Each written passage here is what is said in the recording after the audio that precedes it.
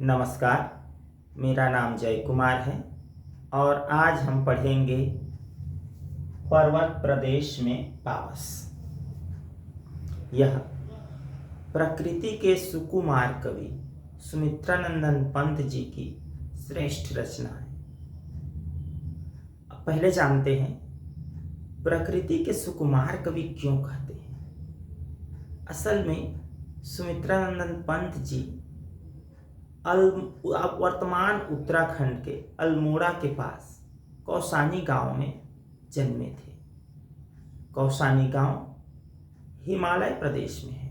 हिमालय में उनका जन्म हुआ, प्रकृति में पले बढ़े।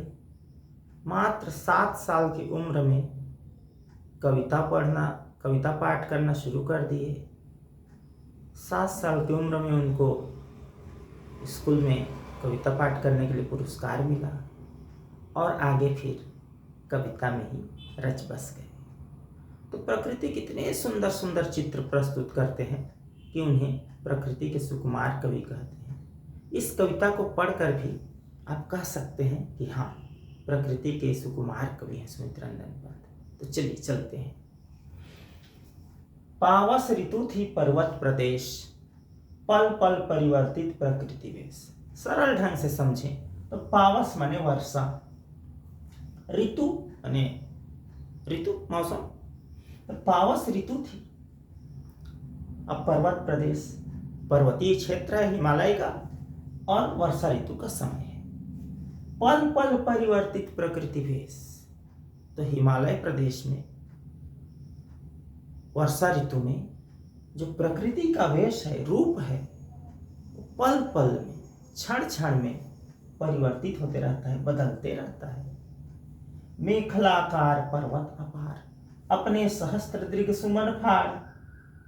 और हिमालय कैसे फैला हुआ है? मेखलाकार। मेखला कहते हैं करधनी को। पुराने समय की महिलाएं जो कमरबंद पहनती थी, इसका अर्थ है गोलाकार। तो मेखलाकार पर्वत अपार, अपार पर्वत मेखलकार के करधनी के आकार में फैले हुए हैं। और तो केवल फैले नहीं है, वो मनुष्य के रूप में चित्रित करते हैं, प्रकृति का मानवीकरण करते हैं सुमित्रानंदन पंत जी।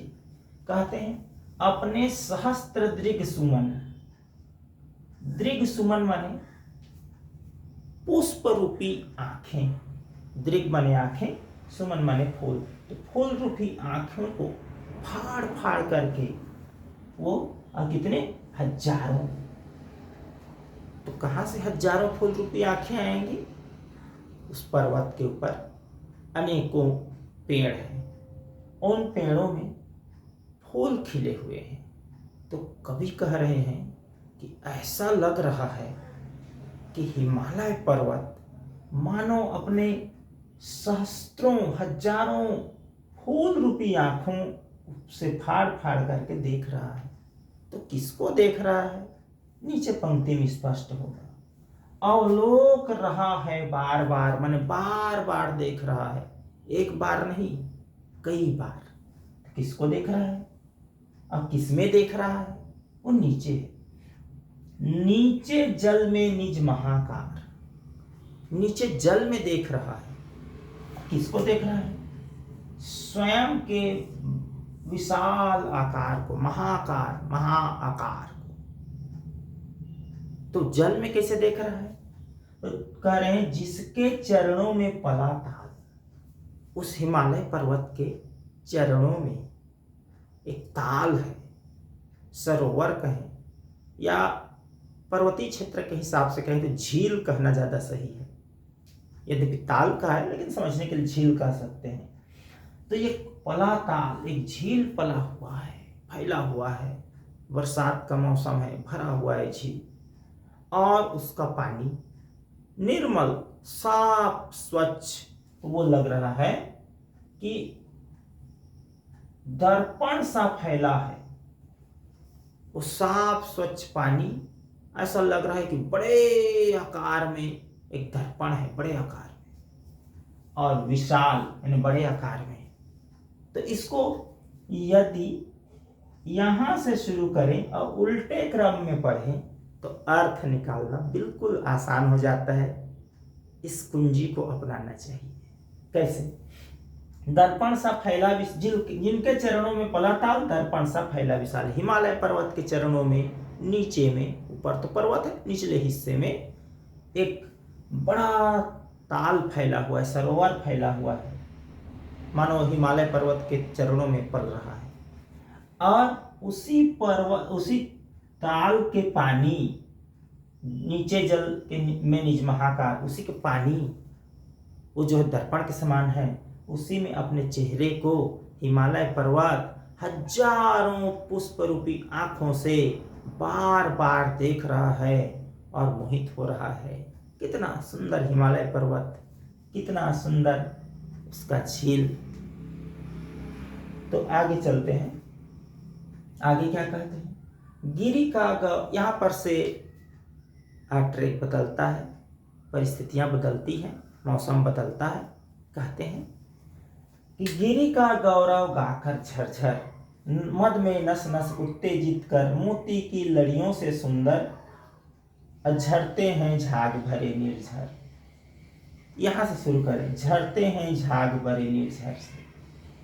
जो हिमालय पर्वत में जलप्रपात के रूप में या कहें निर्झर झरने के रूप में जो पानी झर रहे हैं, झर झर करके पानी झर रहे हैं, वो पानी जो है कैसे झर रहे हैं? झाग भरे, बहुत सारे से फेन निकल रहे हैं, झाग निकल रहे हैं। तो वो झाग निकल रहे हैं ना, तो उससे ऐसा लग रहा है कि मोती की लड़ियां वहां पर इकट्ठी हो गई है, मोती ही मोती इकट्ठे हो गए हैं। और उसकी जो झरने की आवाज है, तो ऐसा लग रहा है कि वो गिरी का गौरव गान कर रहा है। गिरी माने पर्वत, हिमालय पर्वत। तो हिमालय पर्वत का गुणगान कर रहा है, उसके यश का गान कर रहा है निर्झर जो है, झरना जो है। और उसके इस गान से इतने मधुर स्वर है, इतना मधुर स्वर है कि मद में नस नस उत्तेजित कर, मस्ती में झर रहा है और नस नस को उत्तेजित कर देने वाला है, रोमांचित कर देने वाला उनका स्वर है। अब आगे देखते हैं। यहां से गिरिवर के उर से उठ कर फिर से मौसम बदलता है, क्योंकि पल पल परिवर्तित प्रकृति वेश कह रहे हैं, पल पल में बदल रहा है। तो गिरिवर के उर से उठ कर उच्च आकांक्षाओं से तरुवर माने बड़े बड़े पेड़ हैं हिमालय पर्वत के हृदय स्थल पर, बड़े बड़े पेड़। और वो बड़े बड़े पेड़ कैसे लग रहे हैं? ऐसे लग रहे हैं कि हिमालय पर्वत की उच्चाकांक्षाएं हैं, आकाश को छू लेने वाली गगनचुंबी आकांक्षाएं हैं, महत्वाकांक्षाएं हैं। अंग्रेजी में कहते हाई एम्बिशंस हैं। तो वो क्या कर रहे हैं? वो कर रहे हैं, झांक रहे हैं नीरव नभ पर, शून्य आकाश पर, सन्नाटा है जहां, उस आकाश पर झांक रहे हैं।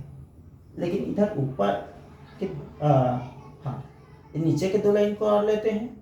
उच्च आकांक्षाओं से ऐसा लग रहा है पर्वत की बड़ी बड़ी आकांक्षाएं हैं, झांक रहे हैं नीरव नभ पर, शून्य आकाश पर झांक रहे हैं। अनिमेष अटल कुछ चिंता पर, और अनिमेष माने बिना पलक झपके, अटल माने स्थिर भाव से, अटल भाव से, न कहीं हिलना न डुलना। लेकिन ऐसा लग रहा है, कवि की कल्पना है कि मानो वो चिंता में डूबे हुए हैं।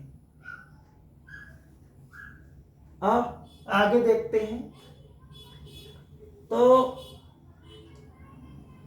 गिरिवर के उर से उठ कर उच्च आकांक्षाओं से तरुवर है, झांक न रहे नीरव नभ पर, अनिमेष अटल कुछ चिंता पर के उपरांत हम देखते हैं, इस तरफ आ जाते हैं और कहते हैं, उड़ गया अचानक लोग भूधर। फिर से दृश्य बदलता है। यहां पर थोड़ा सा समझा दे।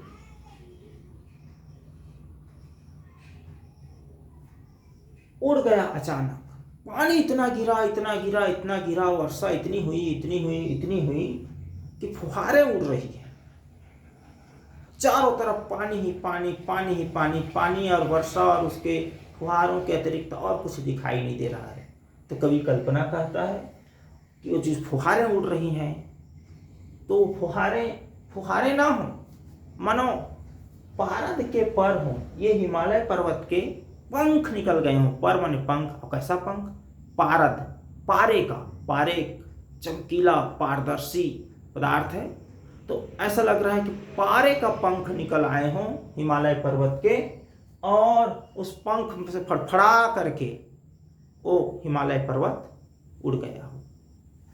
तो उड़ गया अचानक लोग भूधर, भूधर माने पर्वत, फड़का अपार पारद के पर। और कैसे? पंख फड़खड़ाते हुए, और पारद के पंख हों, जैसे पारे के पंख हों, और रवशेष रह गए हैं निर्झर। अब पर्वत तो उड़ गया, हिमालय पर्वत, ऐसा लग रहा है, ऐसी कल्पना कर रहे हैं कविवर। तो अब बच क्या गया?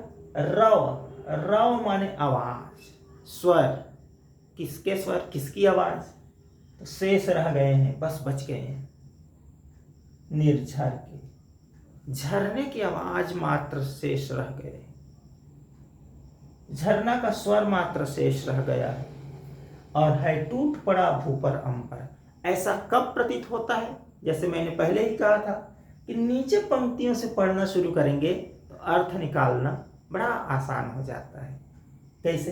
है टूट पड़ा भूपर अंबर। मैंने शुरू में कहा बहुत वर्षा हुई, इतनी वर्षा हुई, इतनी वर्षा हुई कि चारों तरफ बस पानी ही पानी, जल ही जल, फुहारे ही फुहारे दिख रहे हैं। तो उसे कह रहे हैं कि भू पर, धरती पर माने अंबर, आकाश टूट पड़ा हो और इतना पानी गिरा, बादल फट गया, तब केवल झरने की आवाज शेष रह गई है। अब जब इतना पानी गिरा तो और एक परिवर्तन आता है, और वो क्या? लग रहा है कि धंस गए धरा में सभय साल। इतना पानी गिरा, इतना पानी गिरा, कैसा लग रहा है कि साल के जो बड़े बड़े वृक्ष हैं हिमालय पर्वत के, वो सभय हो गए हैं। सभय माने भय युक्त हो गए हैं, और डर करके ऐसा लग रहा है मानो धरा में, धरती में धंस गए। असली में तो साल के वृक्ष धंसे नहीं हैं, वो तो वहीं खड़े हैं, लेकिन वर्षा के कारण ऐसा कह रहे हैं, ऐसी कल्पना कर रहे हैं कवि, मानो वो डर करके, वर्षा के प्रकोप से डर करके धरती में धंस गए हों। जैसे छोटे बच्चे माँ की गोद में छिप जाते हैं, वैसे ही साल के वृक्ष धरती पर धंस गए। और कवि कहते हैं उठ रहा धुआं जल गया ताल, पानी ही पानी, झील के ऊपर देखोगे तो ऐसा लग रहा है कि धुआं उठ रहे हैं, सफेद सफेद। तो उसी को कवि कह रहे हैं कि उठ रहा धुआं, तालाब में मानो आग लग गई हो उस वर्षा ऋतु के समय में, और धुआं उठ रहा हो। विरोधाभास अलंकार है कि तालाब में आग कैसे लगे, तो कवि की कल्पना है, माने धुआं उठ रहा हो, फुहारें उड़ रही हैं, वो कह रहे हैं धुआं उठ रहा हो और तालाब जल गया हो। और सबसे अंतिम में देखते हैं, बहुत ही प्यारी पंक्तियां हैं। यो जलद यान में, जलद यान, जलद माने बादल, यान माने उनका वाहन, जलद रूपी यान में विचार विचार कर, घूम घूम कर, विचरण कर करके, मानो था इंद्र खेलता इंद्रजाल।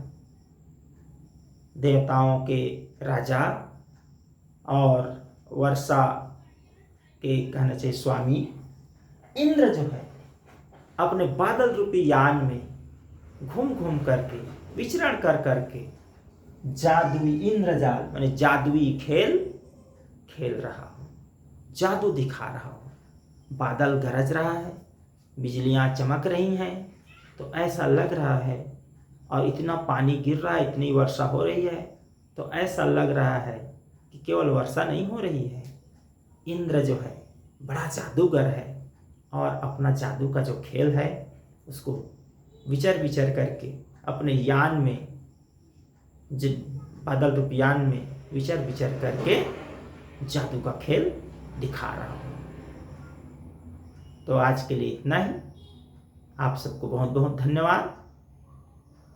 यदि वीडियो पसंद हो तो लाइक और सब्सक्राइब अवश्य करें।